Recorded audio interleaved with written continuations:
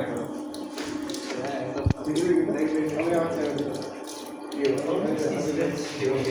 আচ্ছা, এদিকে একটু লক্ষ্য করেন, পরে দেখেন। এই যে দেখেন আমরা কি করলাম, প্রথম স্যাম্পলটা হচ্ছে এসিটন দিয়ে ডাই করলাম। ডাই বলতে পানি হচ্ছে রিমুভ করলাম আর কি, ড্রাই শুকাইলাম আর কি।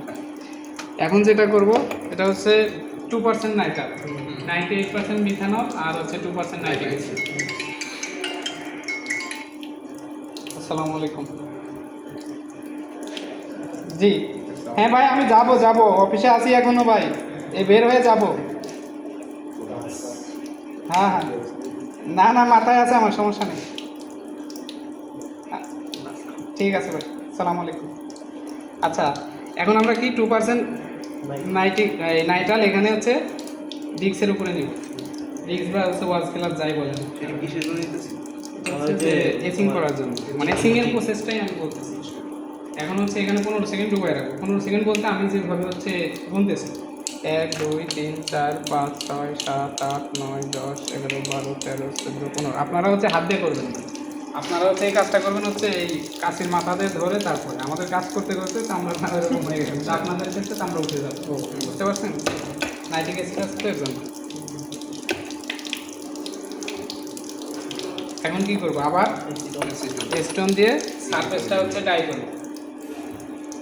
এটা হলো এসি।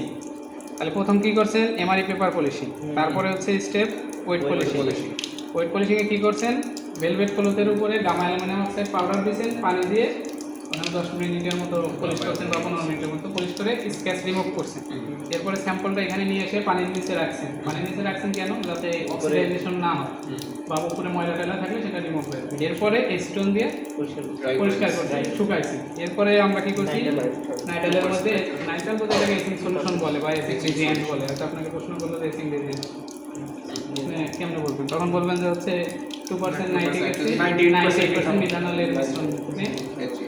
হ্যাঁ, আমরা স্যাম্পলটা কত 15 সেকেন্ড ডুবাই রাখছি। 15 সেকেন্ড বলতে 1 সেকেন্ড। হ্যাঁ, আপনারা লেখার সময় রিপোর্টে লিখবেন হলো 10 সেকেন্ড, কারণ এখানে 15 সেকেন্ড হয় নাই। আমি হচ্ছে 15 পর্যন্ত বলছি, এটা হচ্ছে যে মানে 15টা কাউন্ট। হ্যাঁ, এমনকি এর সাথে একটু হালকা করে শব্দ করছি। কেন করছি, এটা 9-10-এ করছেন যে এক একটা বিক্রিয়া হয় এক একটা পরিবেশে, কোনোটা অন্ধকারে, কোনোটা হচ্ছে আঘাতে, কোনোটা লাইটে। এখানে একটু করে যখন কোথা দিচ্ছি তখন রিয়াকশনটা ভালো হয়, বুঝতে পারছেন? এগুলো হচ্ছে যে মানে আমাদের মানে টেকনিক, এগুলো মনে বইতে লেখা থাকবে আমরা কোথাও পাবেন, ঠিক আছে? আপনারা একই সময় করবেন কিন্তু আপনাদের দেখবেন অনেক সময় কম বেশি হবে, কিন্তু আমাদের ক্ষেত্রে হয়ে যাবে। এটাই হচ্ছে এক্সপিরিয়েন্স, সেই জিনিসটাই বলে দিচ্ছি মানে। তো এরপরে স্যাম্পলটা আবার পানির নিচে দিচ্ছি। কেন দিছি, রিয়াকশনটা বন্ধ করার জন্য। মানে যে রিয়াকশনটা হচ্ছিল ওইটা বন্ধ করলাম, বন্ধ করার আবার কি করলাম, তাহলে এটা হলো কি আমার হচ্ছে এসিং হলো। এখন আমরা কি করবো, এই মাইক্রোস্কোপ যে স্যাম্পলটা যদি সমান না থাকে, সমান করার জন্য নিচে যদি কোনো গ্যাপ ট্যাপ থাকে ওইটা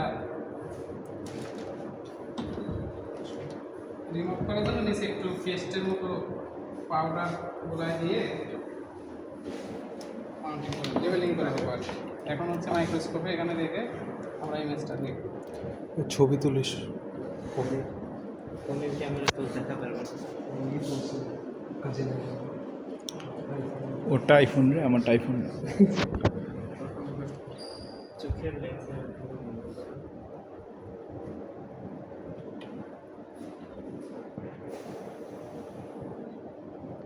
এখন দেখেন এখানে হচ্ছে কিছু দেখতে পাবে, সাদা কালো এমনকি গ্রেন বাউন্ডারি। একজন একজন করে দেখেন,